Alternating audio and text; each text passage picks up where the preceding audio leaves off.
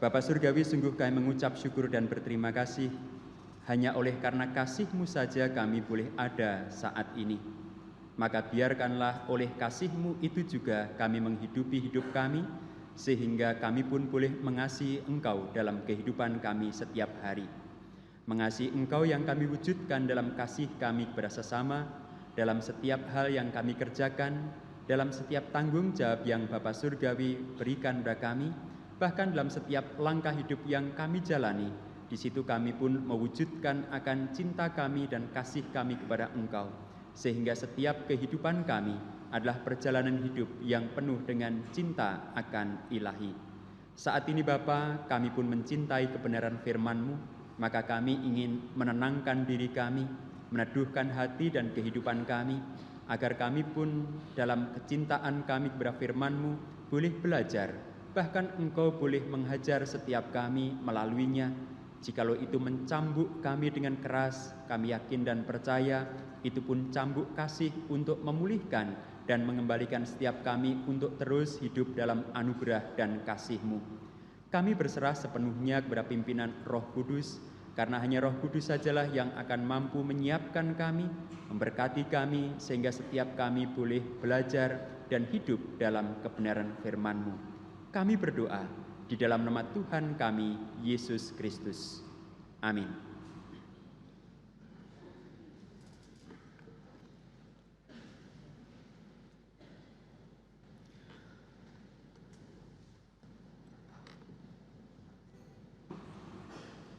Bacaan Alkitab kita yang pertama dibaca dari Kisah Para Rasul pasal 9 ayat 1 sampai dengan 20.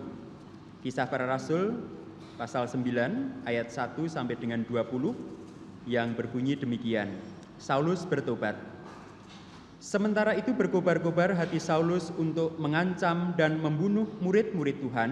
Ia menghadap imam besar dan meminta surat kuasa daripadanya untuk dibawa kepada majelis-majelis Yahudi di Damsyik, supaya jika ia menemukan laki-laki atau perempuan yang mengikuti jalan Tuhan, ia menangkap mereka dan membawa mereka ke Yerusalem.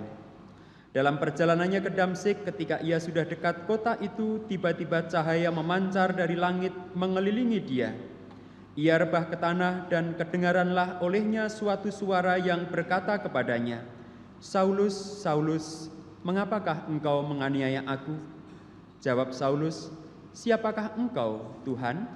Katanya, "Akulah Yesus yang kau aniaya itu.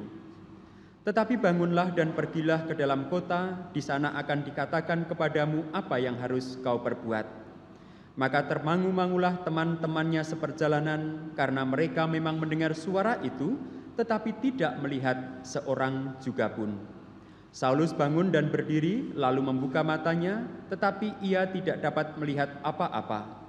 Mereka harus menuntun dia masuk ke Damsyik. 3 hari lamanya ia tidak dapat melihat, dan 3 hari lamanya ia tidak makan dan minum. Di Damsyik ada seorang murid Tuhan bernama Ananias. Firman Tuhan kepadanya dalam suatu penglihatan. "Ananias," jawabnya, "Ini aku Tuhan." Firman Tuhan, "Mari, pergilah ke jalan yang bernama Jalan Lurus, dan carilah di rumah Yudas seorang dari Tarsus yang bernama Saulus. Ia sekarang berdoa." Dan dalam suatu penglihatan ia melihat bahwa seorang yang bernama Ananias masuk ke dalam dan menumpangkan tangan ke atasnya supaya ia dapat melihat. Jawab Ananias, "Tuhan, dari banyak orang yang telah kudengar tentang orang itu, betapa banyaknya kejahatan yang dilakukannya terhadap orang-orang kudus-Mu di Yerusalem.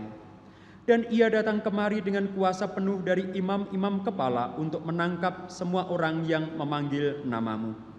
Tetapi firman Tuhan kepadanya, 'Pergilah, sebab orang ini adalah alat pilihan bagiku untuk memberitakan namaku kepada bangsa-bangsa lain, serta raja-raja dan orang-orang Israel. Aku sendiri telah menunjukkan kepadanya betapa banyak penderitaan yang harus ia tanggung oleh karena namaku.' Lalu pergilah Ananias ke situ dan masuk ke rumah itu. Ia menumpangkan tangannya ke atas Saulus, katanya, 'Saulus, saudaraku, Tuhan Yesus yang telah menampakkan diri kepadamu di jalan yang engkau lalui, telah menyuruh aku kepadamu, supaya engkau dapat melihat lagi dan penuh dengan Roh Kudus.' Dan seketika itu juga seolah-olah selaput gugur dari matanya, sehingga ia dapat melihat lagi. Ia bangun, lalu dibaptis. Dan setelah ia makan, pulihlah kekuatannya. Saulus tinggal beberapa hari bersama-sama dengan murid-murid di Damsyik. Ketika itu juga ia memberitakan Yesus di rumah-rumah ibadat dan mengatakan bahwa Yesus adalah Anak Allah. Bacaan Injil Tuhan Yesus Kristus diambil dari Injil Yohanes pasal 21 ayat 1 sampai dengan 19. Injil Tuhan Yesus diambil dari Yohanes pasal 21 ayat 1 sampai dengan 19. Yang berbunyi demikian. Kemudian Yesus menampakkan diri lagi kepada murid-muridnya di pantai Danau Tiberias, dan ia menampakkan diri sebagai berikut. Di pantai itu berkumpullah Simon Petrus, Thomas yang disebut Didimus, Natanael dari Kana yang di Galilea, anak-anak Zebedeus, dan 2 orang muridnya yang lain. Kata Simon Petrus kepada mereka, "Aku pergi menangkap ikan." Kata mereka kepadanya, "Kami pergi juga dengan engkau." Mereka berangkat lalu naik ke perahu, tetapi malam itu mereka tidak menangkap apa-apa. Ketika hari mulai siang, Yesus berdiri di pantai, akan tetapi murid itu tidak tahu bahwa itu adalah Yesus. Kata Yesus kepada mereka, "Hai anak-anak, adakah kamu mempunyai lauk pauk?" Jawab mereka, "Tidak ada." Maka kata Yesus kepada mereka, "Tebarkanlah jalamu di sebelah kanan perahu, maka akan kamu peroleh." Lalu mereka menebarkannya dan mereka tidak dapat menariknya lagi karena banyaknya ikan. Maka murid-murid yang dikasihi Yesus itu berkata kepada Petrus, "Itu Tuhan." Ketika Petrus mendengar bahwa itu adalah Tuhan, maka ia mengenakan pakaiannya, sebab ia tidak berpakaian, lalu terjun ke dalam danau. Murid-murid yang lain datang dengan perahu karena mereka tidak jauh dari darat, hanya kira-kira 200 hasta saja, dan mereka menghela jala yang penuh ikan itu. Ketika mereka tiba di darat, mereka melihat api arang dan di atasnya ikan dan roti. Dan Yesus berkata kepada mereka, "Bawalah beberapa ikan yang baru kamu tangkap itu." Simon Petrus naik ke perahu, lalu menghela jala itu ke darat, penuh ikan-ikan besar, 153 ekor banyaknya, dan sungguh pun banyak itu, jala itu tidak koyak. Kata Yesus kepada mereka, "Marilah dan sarapanlah." Tidak ada di antara murid-murid itu yang berani bertanya kepadanya, "Siapakah engkau?" Sebab mereka tahu bahwa ia adalah Tuhan. Yesus maju ke depan, mengambil roti dan memberikannya kepada mereka. Demikian juga ikan-ikan itu. Itulah ketiga kalinya Yesus menampakkan diri kepada murid-muridnya sesudah ia bangkit dari antara orang mati. Sesudah sarapan, Yesus berkata kepada Simon Petrus, "Simon, anak Yohanes, apakah engkau mengasihi aku lebih daripada mereka ini?" Jawab Petrus kepadanya, "Benar Tuhan, engkau tahu bahwa aku mengasihi engkau." Kata Yesus kepadanya, "Gembalakanlah domba-dombaku." Kata Yesus pula kepadanya untuk kedua kalinya, "Simon, anak Yohanes, apakah engkau mengasihi aku?" Jawab Petrus kepadanya, "Benar Tuhan, engkau tahu bahwa aku mengasihi engkau." Kata Yesus kepadanya, "Gembalakanlah domba-dombaku." Kata Yesus kepadanya untuk ketiga kalinya, "Simon, anak Yohanes, apakah engkau mengasihi aku?" Maka sedih hati Petrus karena Yesus berkata untuk ketiga kalinya, "Apakah engkau mengasihi aku?" Dan ia berkata kepadanya, "Tuhan, engkau tahu segala sesuatu. Engkau tahu bahwa aku mengasihi engkau." Kata Yesus kepadanya, "Gembalakanlah domba-dombaku. Aku berkata kepadamu, sesungguhnya ketika engkau masih muda, engkau mengikat pinggangmu sendiri, dan engkau berjalan kemana saja kau kehendaki. Tetapi jika engkau sudah menjadi tua, engkau akan mengulurkan tanganmu, dan orang lain akan mengikat engkau, dan membawa engkau ke tempat yang tidak kau kehendaki." Dan hal ini dikatakannya untuk menyatakan bagaimana Petrus akan mati dan memuliakan Allah. Sesudah mengatakan demikian, ia berkata kepada Petrus, "Ikutlah aku." Demikianlah Injil Tuhan Yesus Kristus. Yang berbahagia ialah mereka yang mendengarkan firman Tuhan dan yang memeliharanya. Haleluya.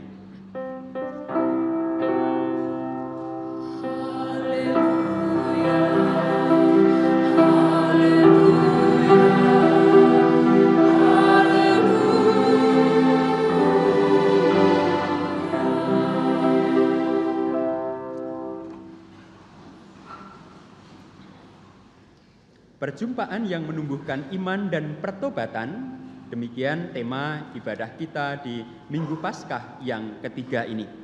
Bapak, Ibu, dan saudara terkasih, di kalangan orang Protestan, kebanyakan mereka akan merasa risih ketika ditanyakan apakah mereka sudah lahir baru. Padahal kalau kita membaca di beberapa iklan atau di beberapa tempat yang membuka lowongan pekerjaan, seringkali ada salah satu syarat yang dipersyaratkan adalah sudah lahir baru. Nah, bagaimana Bapak, Ibu, dan saudara terkasih ketika ada orang menanyakan kepada Bapak, Ibu, apakah saudara Kristen? Oh iya, saya Kristen. Apakah sudah lahir baru? Begitu. Bagaimana kira-kira jawab Bapak, Ibu? Saya tanyakan kepada Andreas. Andreas, kira-kira sudah lahir baru belum, Andreas? Sudah. Kapan? Waktu kuliah. Nah, jadi penganut Protestan biasanya tidak akan berani menjawab dengan tepat, misalnya ditanya kapan lahir baru. Bahkan kalau itu ditanyakan lanjutnya pas kuliah, tepatnya kapan? Begitu. Waktu diinjili, bulan apa itu? Tahun berapa? 2007. Nah, rupanya Andreas ini walaupun Protestan, tetapi spiritnya karismatik. Karena memang setiap orang seharusnya saya Protestan, tetapi secara spirit saya karismatik. Karena karismatik itu hidup dalam karunia Allah, begitu, punya karunia-karunia dari Allah, begitu. Nah, Bapak, Ibu, dan saudara terkasih, tidak setiap kita berani dan mampu menjawab hal itu, begitu. Bapak, Ibu, dan saudara terkasih, sebenarnya ketidakmauan untuk menjawab itu sebenarnya seringkali dijadikan sebagai sebuah tempat persembunyian. Ada orang yang menjawab untuk sebenarnya menjaga rasa amannya, begitu.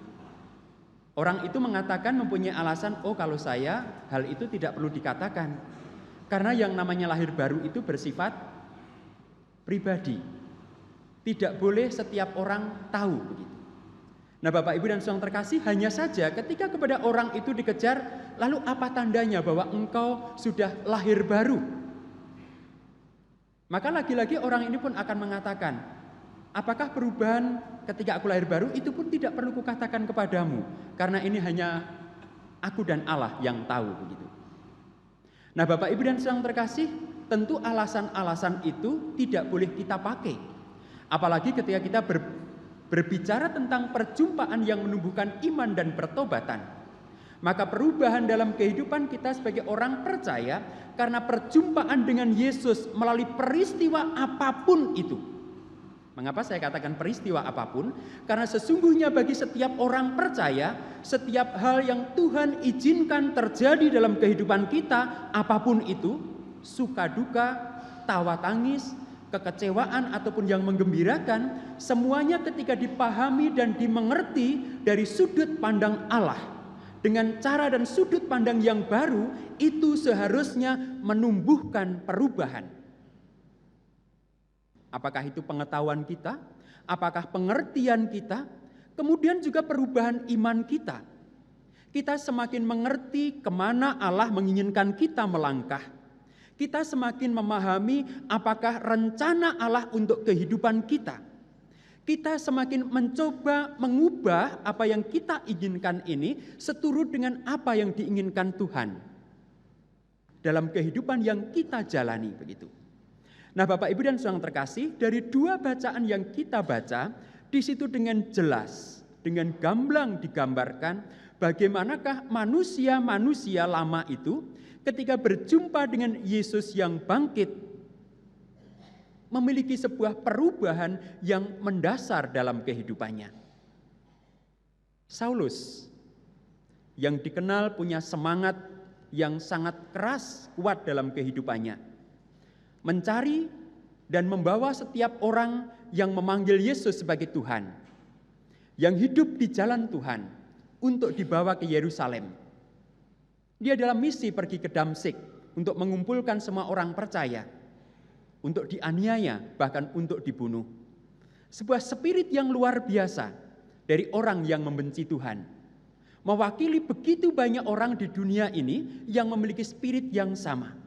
Tetapi perhatikan bagaimanakah justru Kristus menemui Saulus di tengah jalan. Dalam cahaya yang terang di situ, Tuhan menjumpai Saulus.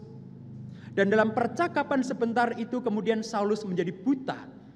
Perhatikan bagaimana perjumpaan dengan Tuhan itu mengubahkan manusia yang merasa demikian kuat dan perkasa menjadi sangat lemah dan tidak berdaya. Melihat pun dia tidak bisa. Sekarang harus dituntun oleh teman-temannya. Sebuah proses perubahan tidak selalu menyenangkan, karena berarti itu menghancurkan keakuan setiap manusia, keegoisan setiap pribadi untuk sungguh-sungguh tunduk dan takluk kepada Allah.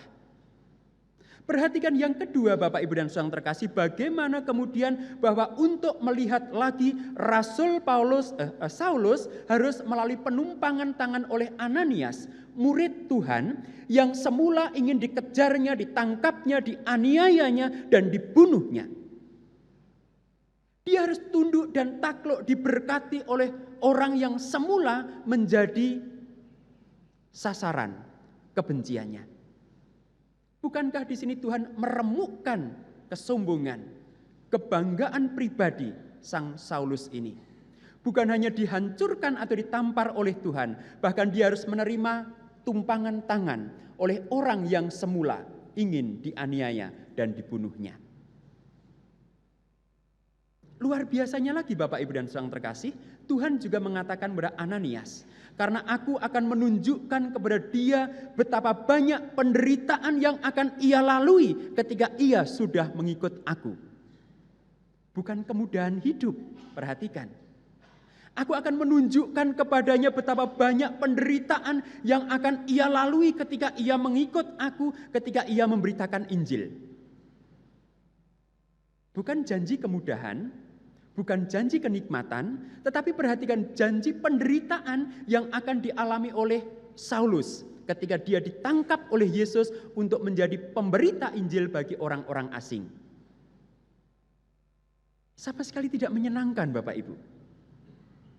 Tentu dalam bacaan kita pertama bukan hanya Saulus yang bertobat dan berubah, Ananias pun diubahkan.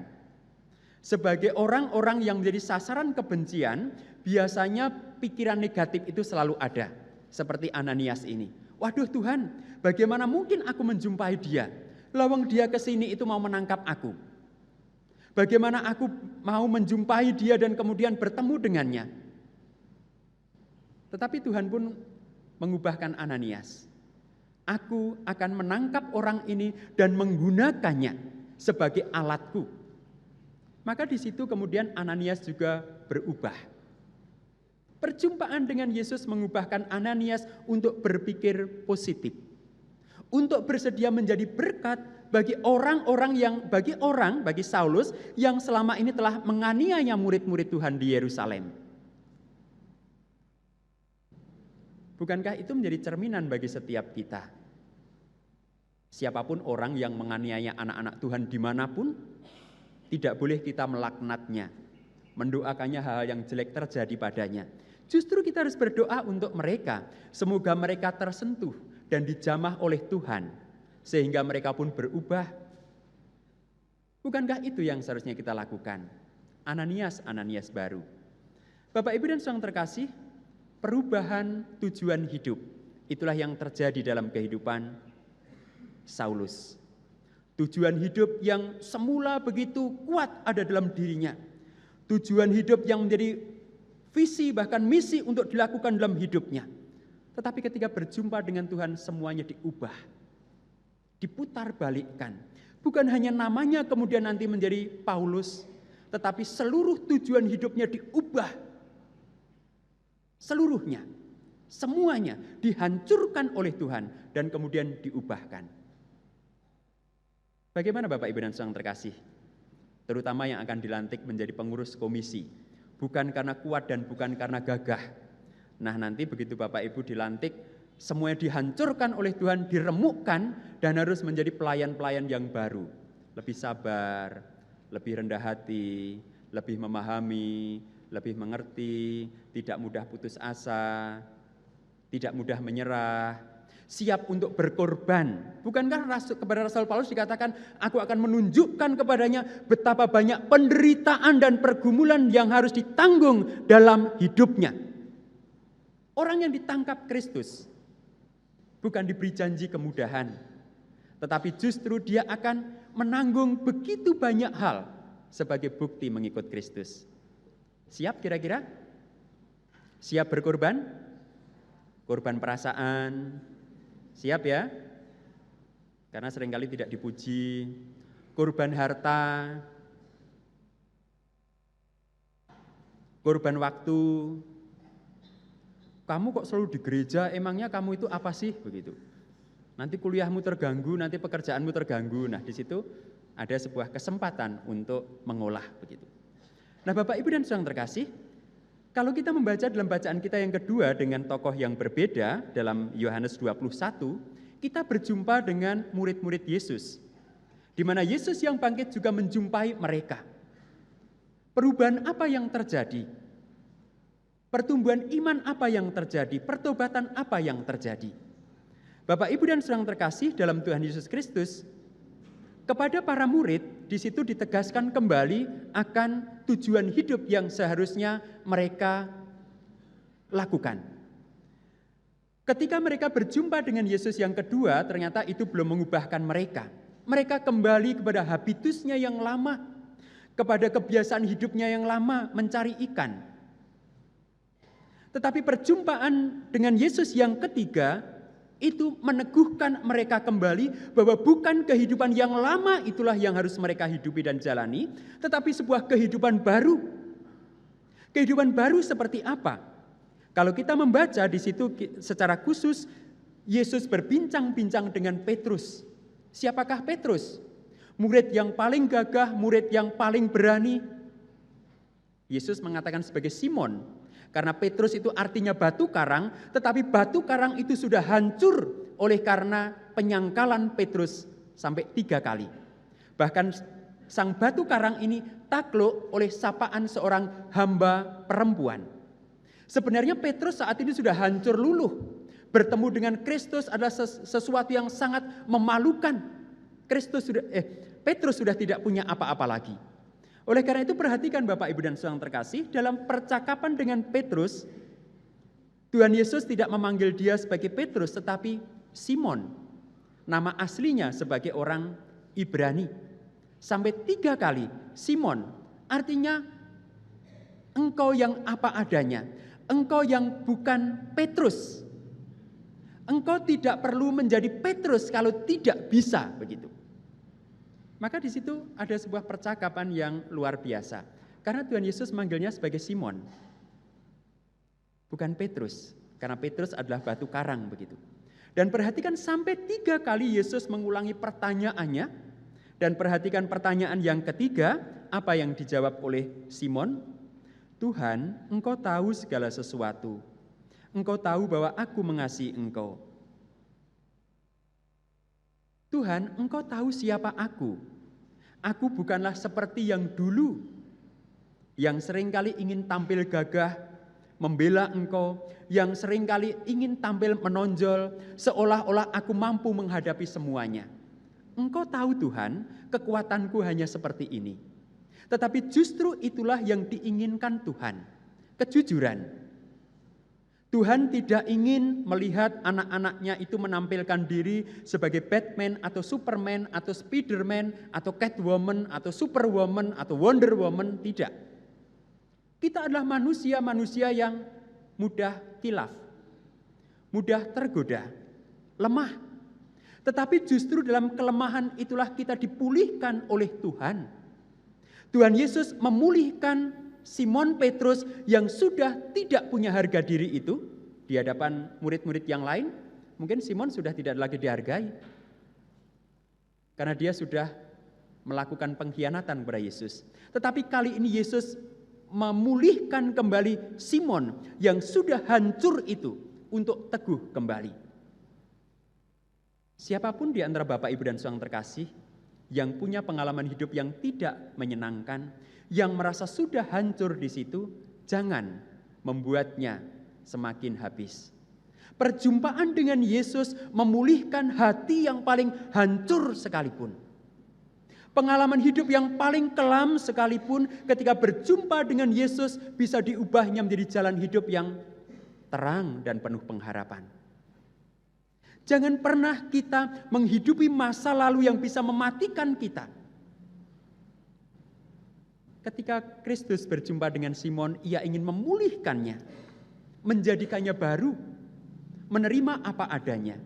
Dan sekali lagi Bapak, Ibu, dan Saudara terkasih, kalau Bapak Ibu sudah perhatikan di akhir bacaan kita di tempat ini juga dikatakan pada ayat yang ke-19 dan 18 dan 19, kepada Petrus juga ditunjukkan bagaimana ia akan mengakhiri hidupnya. Mengakhiri hidupnya sebagai orang yang setia, walaupun kesetiaan itu harus dibayar dengan penderitaan.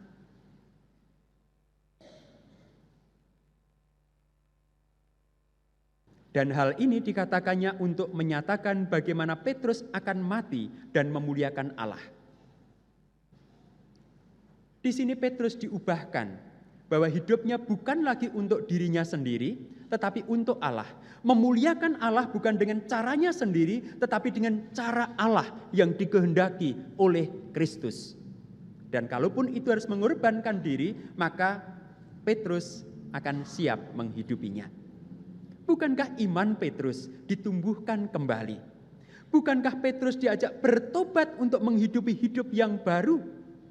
Dan Bapak, Ibu, dan Saudara terkasih, baik Paulus maupun Petrus kemudian dalam perubahan hidupnya, dalam kelahiran yang baru itu menunjukkan sebuah proses dan progres yang jelas ketika bersama dengan murid-murid yang lain. Kalau kita membaca dalam kitab Kisah Para Rasul yang 19 sampai dengan 20, di situ langsung dikatakan Saulus memberitakan tentang Yesus di antara murid-murid yang lain. Jadi lahir baru ataupun perubahan ataupun pertobatan atau pertumbuhan iman itu harus nampak hasilnya, harus nyata dalam kehidupan setiap hari. Saya yakin bahwa hal itu juga akan nampak dari setiap saudara-saudara yang akan dilantik menjadi pengurus komisi hari ini. Ya, itu berarti harus ada sebuah bukti. Tadi vokal grup Bahtera juga mengatakan di hadapan manusia kok bisa bersandiwara, bisa atau dapat ya? Bisa. Berarti bersandiwara di depan manusia itu enggak apa-apa gitu ya. Kesannya kan begitu ya. Di hadapan manusia kok bisa bersandiwara. Berarti kalau kita sering bersandiwara di hadapan pasangan kita, teman-teman kita enggak apa-apa dong. Tapi jangan pernah bersandiwara di hadapan Tuhan begitu. Tetapi tentu maksudnya bukan seperti itu. Perubahan terjadi, maka kemudian Saulus menunjukkan di hadapan siapapun tidak boleh bersandiwara. Nah, kiranya itu tadi menjadi pengingat juga ketika kita mengatakan mengasihi Tuhan, mari kita tunjukkan itu dalam perubahan dan pertobatan yang ada dalam kehidupan kita. Nah, Bapak, Ibu, dan Saudara terkasih, kini kesempatan itu ditinggalkan bersama dengan Bapak, Ibu, dan Saudara terkasih. Apakah Bapak, Ibu bersedia berubah atau tidak? Tergantung dari respon Bapak, Ibu, dan Saudara terkasih. Tuhan Yesus menjumpai kita dalam setiap peristiwa, dalam setiap perkara yang ada dalam kehidupan kita. Apakah dalam ibadah, apakah dalam perjumpaan dengan sesama di luar sana, apakah dalam pergulatan hidup yang sering kali tidak mudah, apakah melalui hal-hal sederhana yang terjadi dalam kehidupan kita, kita berjumpa dengan Tuhan. Dan Tuhan menunjukkan tanda-tanda kemanakah seharusnya kita mengalami perubahan itu. Pemahaman dan cara berpikir yang baru seturut dengan kehendak Tuhan akan memandu kita, memampukan kita menjadi orang yang bertumbuh dalam iman, menjadi orang yang mengalami perubahan dalam pertobatan kita. Sekarang bola itu ada di tangan Bapak, Ibu, dan Saudara terkasih. Perubahan itu akan ada dalam kehidupan Bapak, Ibu, dan Saudara terkasih. Karena Yesus yang bangkit tidak bosan dan tidak jemu untuk menjumpai Bapak, Ibu, dan Saudara terkasih dimanapun Bapak, Ibu, dan Saudara terkasih melangkah dan berkarya dalam hidup ini. Tuhan berkati. Amin.